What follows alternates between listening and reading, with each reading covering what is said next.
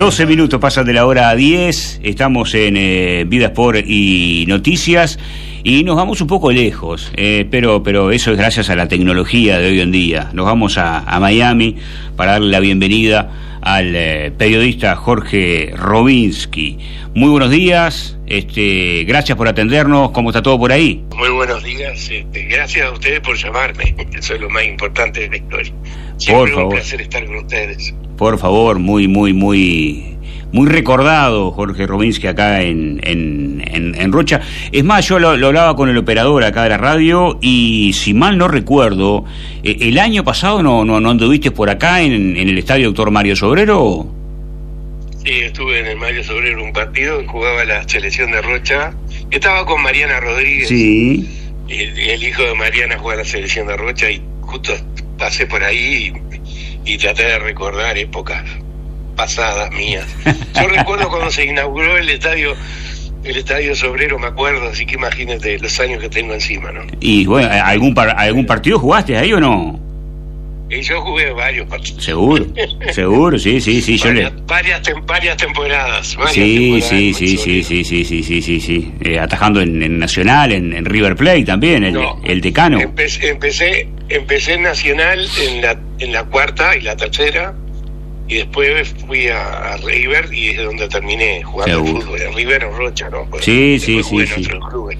Sí, tengo el fútbol formó parte de mi vida. Por supuesto. Y empezó en el Sobrero. Empezó realmente la cancha de la Valleja, como decíamos nosotros. Sí. Allá ahí empecé. Seguro, sí. El tenis. En el viejo tenis. Ahí empecé y el fútbol forma parte de mi vida. Como la de todos los uruguayos, ¿no? El fútbol está metido en todos nosotros. Es algo cultural. Yo creo que es la expresión cultural más importante de los uruguayos. Seguro. La expresión cultural más importante de los uruguayos es el fútbol. Es más, yo en varias oportunidades como periodista he dicho que nuestra identidad nacional nace con las hazañas futbolísticas. Mira. Somos una gran nación en el sentido estricto de la palabra, porque Uruguay es una nación con prestigio, con instituciones firmes, con una cantidad de cosas que vale la pena destacar, aún hoy en medio de las discusiones políticas que a veces se olvidan de esto, y juega un papel fundamental el fútbol. Seguro. Fundamental. Sí. Es decir, ese fútbol que se enfrenta con la provincia oriental.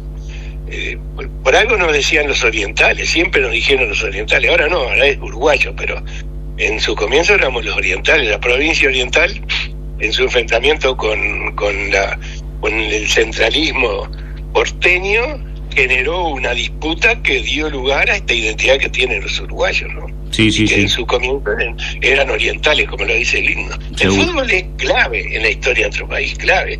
No hay otro deporte, porque a veces pensamos que somos un país de deportistas y no es verdad.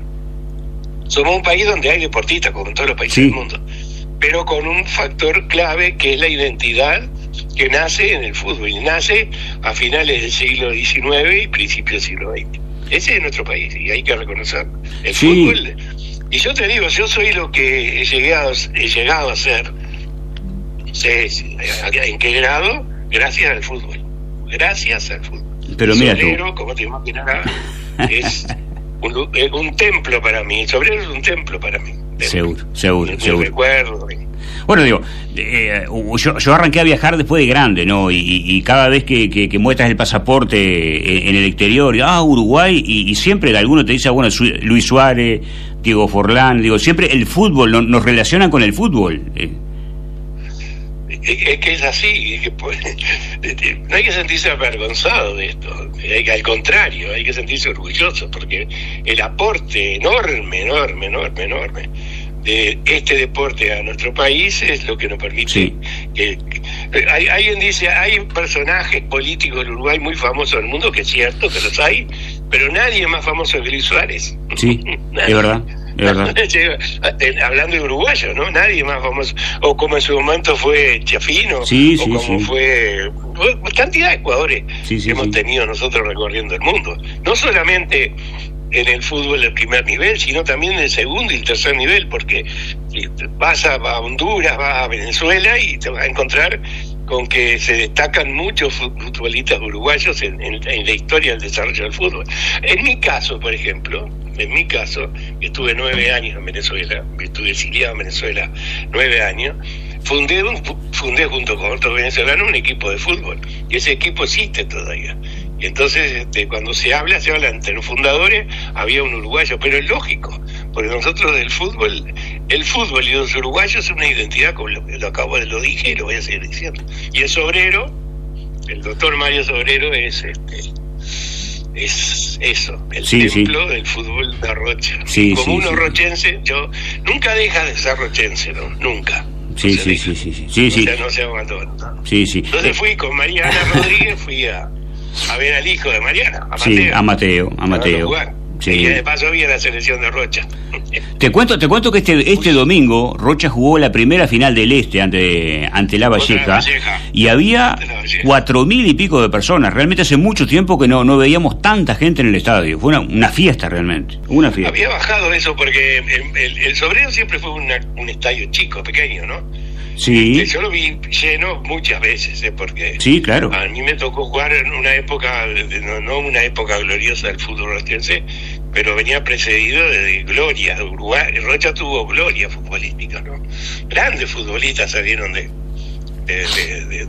Rocha, y el estadio supo llenarse en sus momentos, ¿no? Pero, sí. Esos son ciclos. El fútbol uruguayo tiene esas cosas. En cada rincón del país aparece ese fenómeno que es el fútbol. Darwin Núñez de Artigas dice, está en el centro producto de sus goles errados en el Liverpool, está en el centro de la discusión en este momento, porque se dice que el Atlético de Madrid y el Barcelona están interesados en él. ¿Se dan cuenta? Casi nada. Atlético de Madrid y Barcelona, dos de los equipos más importantes del mundo, y él juega en el Liverpool, es en este momento uno de los mejores equipos del mundo. Darwin Núñez, el uruguayo. Y ni que hablar, yo no soy hincha del Real Madrid, aclaremos, pero ni que hablar que nosotros tenemos en este momento al capitán, un embajador de primer nivel, pero de primer nivel como muy pocos existieron en la historia del fútbol uruguayo internacional, con Federico Valverde. Es el capitán del mejor equipo del mundo. Sí. No es el capitán, no es el capitán de cualquier equipo, es el capitán del mejor equipo del mundo. Tremendo. Pero no solamente eso. El otro día yo escuchaba a unos periodistas argentinos elogiando a Valverde, porque ya ahora se le empieza a reconocer. Algunos dicen que es el discípulo de Kroos. Él no tiene nada que ver con Kroos, solo llevan el uno. Son dos jugadores diferentes, completamente diferentes. Y decían que Valverde es un fuera de serie, por Ancelotti lo dijo, es uno de los mejores técnicos del mundo, es el jugador más completo que él ha conocido, junto con Maldini, los jugadores más completos que él conoció. Y el periodista argentino dijo, el problema de Valverde es que es uruguayo, no es que sea un problema. Si hubiera sido argentino en este momento, endiosado. Endiosado. Por supuesto, como son ellos, por supuesto. Claro, sería endiosado, pero es uruguayo y aparte tiene esa característica que nosotros, yo creo que la modestia uruguaya es falsa, ¿no? Es una pose. No existe la modestia en ese grado. Perdonen que se enoje todo lo que me están escuchando, no me interesa. Pero la modestia, Valverde es un jugador muy modesto totalmente. Él personalmente es así. Entonces no tiene esa tendencia a destacarse. Acá estoy yo. Por ejemplo, Cristiano Ronaldo dijo, soy el mejor jugador de la historia del fútbol. Sí. Messi nunca dijo eso, Messi, nunca. Entonces Valverde me parece más a Messi. Pero Messi no se crió en la Argentina. Messi se hizo futbolista en España. Sí. Es así. Entonces, si Valverde hubiera sido uruguayo, argentino, hoy estaríamos hablando del mejor jugador del fútbol del mundo como nunca existió en la historia de la humanidad. Sí, es tal cual. El tema central es que el futbolista ese Valverde que asombra al mundo entero y que ahora es respetado a nivel internacional, marca eso que son los uruguayos y que tenemos que sentirnos orgullosos. Hay dos cosas de Uruguay que hay que destacar. Una es el fútbol. Y la otra es, pero sin lugar a duda, su pasión democrática. Es un país profundamente democrático, a pesar de la diferencia, los encontronazos, los enfrentamientos, las subidas y las bajadas. Es un país de unas instituciones democráticas muy poderosas. Es otro ejemplo que tenemos. Eso es, y hay que reivindicar de nuestro país, ¿no? Pero, claro, cuando tú entras en la política, en la discusión política se rebaja ese papel. Pero mirado así a lo largo de la historia de nuestro país, lo que tú destacas del Uruguay, lo que se destaca así claramente es instituciones fuertes, democráticas y un país de pensamiento avanzado. Son dos cosas que hacen, que a mí me hacen sentirme orgulloso de ser uruguayo, porque si bien hace 25 años que me fui, y aparte viví casi toda mi vida fuera del país, siempre tuve esa raíz. Y dentro de eso, mirá lo que te voy a decir, dentro de eso, yo rescato siempre el que me crié en Rocha. Es otra de las características, eso de los pueblos chicos de nuestro país, que de pueblo chico, infierno grande, puede ser, pero pueblo chico con instituciones muy poderosas. Yo soy lo que soy, producto de mis maestros y de mis compañeros y de mis amigos y de mis profesores de Rocha. Por eso yo, rochense, antes que nada. No me importa, no me interesa que voy a Rocha y dice, te lo conocía cuando era chiquito. Y que no te saludan, por ejemplo, ¿qué se cree? Porque trabaja en tal lado. No importa. En Rocha, el otro día conversaba con Elena Katz, estábamos hablando de nosotros, el origen judíos, si había antisemitismo, preguntaba Elena en Rocha, y dije, de ninguna manera. Si algo no había en Rocha era antisemitismo. Podría haber alguna reacción primaria, ¿me entiendes? Lo que siempre las hay, que nunca falta, no solamente con los judíos, con quien sea, con los de origen africano, no importa. Pero en Rocha no había eso. Y yo que vengo, salí de un asilo para irme a Rocha a vivir, con 10 años, esa identidad de pueblo chico, protector, de desarrollar, de la escuela, de enseñar, de poder avanzar, ahí mis maestros, rescato en especial a dos grandes maestros de Rocha, ¿no? A dos grandes maestros de Rocha. A la familia Rosalío Pereira y su esposa, que eran dos maestros de primer nivel y que jugaron un papel muy importante en mi vida. Pero esa era la síntesis de los rochenses. Pero era una síntesis que se daba en el resto del país. En la medida que yo fui creciendo y conociendo mi país, me di cuenta que esa es una identidad también de los uruguayos.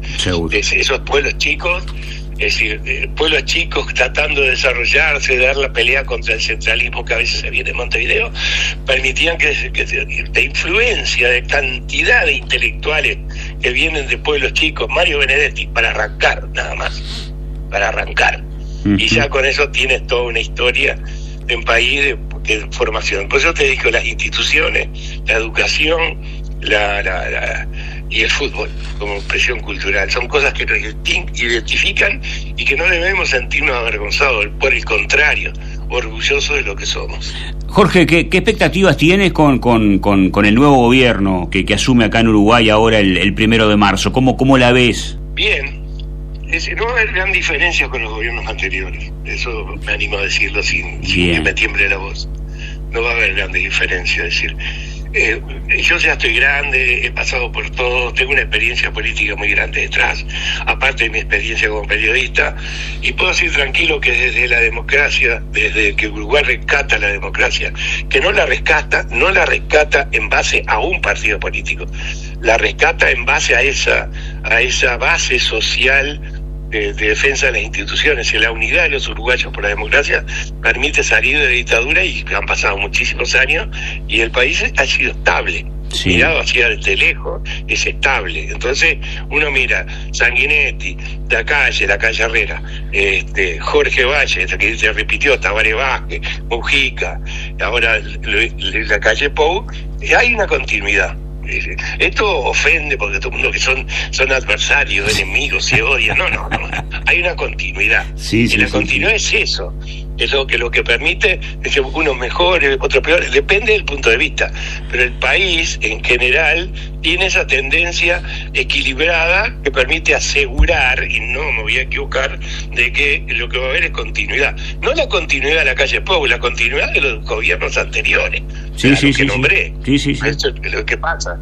Es decir, hoy creo que no hay ninguna duda, más allá de que fue muy difícil salir del peso de la dictadura, que el presidente Julio María Sanguinetti jugó un papel muy importante, lo jugó el padre del presidente actual, lo jugó el doctor Tabaré Vázquez, lo jugó Mujica, jugaron todos a favor de que Uruguay fue un país estable, repito la palabra, y va a seguir siéndolo. No va a haber cambios sustanciales, no va a haber una revolución soviética en Uruguay, no la va a haber, les aseguro yo, ya. Sí, tal cual. ¿Y cómo ves el gobierno de nuestros vecinos, el de Javier Milei en Argentina, con todo este problema que se ha armado ahora con el tema de la criptomoneda? ¿Cómo lo ves desde lejos? Bueno, yo no tengo ninguna simpatía con Milei, hay que tener un poco de cuidado, porque cuando un periodista dice no tengo simpatía con Milei, corre el riesgo de no interpretar correctamente lo que está haciendo. Uno no debe decir eso, ¿no? Pero me pregunta, a mí Milei me cae mal. Me cae mal. Y me cae mal porque pero Milei no es causa de nada, es consecuencia. Claro. Es la consecuencia de años y años de una Argentina sumida en un peronismo vergonzonte que ha aniquilado uno de los países más ricos de América del Sur. Aniquiló un país más rico de América del Sur. Esta es la diferencia entre Uruguay y Argentina. Argentina es un país poderoso que tiene absolutamente todo. Puede vivir aislado, sin problema. Lo liquidaron. El pobrismo, que es una expresión terrible y fea aparte, eso de los pobres gobiernan, una de las grandes mentiras. Los pobres no gobiernan en ningún lugar del mundo. En ningún lugar del mundo gobiernan los pobres. Pero se hace la opción de que el pobrismo vota a estos dirigentes. Y el peronismo de Kirchner, de Cristina, llevaron, y un Macri débil de ahí que no supo muy bien, llevaron a que apareciera un monstruo de esta naturaleza. No un monstruo en el sentido malo de la palabra, porque no tiene vuelo, es como una gallineta. Vuelan y no. Vuela el águila, no la gallineta. Vamos a ser bien claro. Que no se enoje mi gran amigo. Esa gallineta puede ser forma despectiva, me refiero a que no tienen vuelo. El vuelo la tiene el águila. Y Milei es no pasa de ahí, es un muchacho del insulto, del retroceso, de mirar que todo está mal. Nunca todo está mal. Algunas cosas están mal y hay que corregirlas. Él tiene un acierto importante en el dominio de la inflación, yendo a recetas clásicas que siempre han dado resultados y que terminan con explosiones sociales imposibles de detener. Eso, acá se los digo, en explosiones sociales. Él puede crecer más todavía de lo que ha crecido, sin lugar a dudas, pero en algún momento va a explotar. Ese es un adversario embromado porque Argentina es nuestro socio comercial más importante junto con Brasil. En Brasil se desmembra el izquierdismo pobrista, el Lula que iba a transformar la sociedad brasileña en la sociedad de los hombres libres, avanzados, todos ricos, millonarios, todos felices, y terminaron tirándose cosas y apareció Bolsonaro y le rompió el sueño, la ilusión. Lula terminó preso, y no terminó preso porque haya habido una injusticia social, terminó preso por corrupción. No, aunque él no hubiera, de pronto dice, él no, de su partido corrupto, y terminó siendo uno más, pero Brasil es un país poderosísimo, es la 9ª economía del mundo, la 9ª, con una gran influencia a nivel internacional, y que va a tener, sin lugar a dudas, influencia en el gobierno de Yamandu Orsi por razones obvias, porque hay simpatía, porque se aman Lula y Mujica, se adoran. Son casi el ejemplo a seguir para toda la humanidad, que no es cierto, porque no es verdad, porque las cosas son mucho más complejas que eso. Y ahí va, que la pregunta, ahí que te la estoy contestando, con un presidente que adversa, como es Milei, con un presidente amigo en decadencia, que es Lula. Entonces el Uruguay de Orsi va a tener que hacer maravillas para poder salir de esa encrucijada que le están presentando sus dos principales socios. Pero va a salir porque en 5 años Uruguay vuelve a decidir quién gana y en esas decisiones va a ir evolucionando. Y yo tengo una confianza plena, conozco personalmente a Orsi, sé de sus antecedentes, es una buena persona, es un individuo que, no sé, de pronto no es un genio para la comunicación, pero sabe lo que tiene que hacer. Y tiene al lado a Alejandro Sánchez, que es un hombre que ha aprendido muchísimo política. Uruguay va hacia un binomio, un jefe de Estado Orsi y un jefe político como Sánchez, que con toda seguridad permitirán avanzar, retroceder, pero siempre dentro de este esquema que te dije al principio, de que el Uruguay es una continuidad y va a seguir siéndolo. No hay que tener temor por ahora, ¿no? Nunca se sabe. Lo último, porque tengo poco tiempo, además estoy pasado, seguramente tú que eres un hombre de prensas, lo debes haber escuchado muchas veces. ¿Qué puede esperar el mundo de Donald Trump, presidente de los Estados Unidos? ¿Cómo la ves? Te lo voy a sintetizar porque el tiempo es oro en los medios. A los grandes mentirosos no se les puede esperar nada. Así, cortita y al pie. Sí, me dijiste que no tenía tiempo. Pero me dejaste ahí, me dejaste con la... Con gusto a poco. Es un mentiroso. Sí. Es un gran mentiroso. Una persona que dice que Zelensky es un dictador y que fue el que provocó la invasión de Rusia a Ucrania es un gran mentiroso. Ya con eso alcanza y sobra. Jorge, ha sido un gustazo realmente. Seguramente en algún otro momento te vamos a llamar para seguir hablando de diferentes temas. Lo dejamos por acá. Espero que la pases muy bien y bueno, que tengas una buena jornada y reitero, muchísimas gracias. No, las gracias para mí, me permite estar en mi tierra. Yo siempre que voy a Uruguay voy a Rocha. En Rocha tengo gran parte de mi familia, mis amigos, y eso de donde soy yo, y yo les agradezco a ustedes, no a ustedes a mí. Yo les agradezco porque lo que estoy haciendo de alguna manera es devolver todo lo que Rocha me dio a mí. Un abrazo bien grande. Muchas gracias, que pase bien,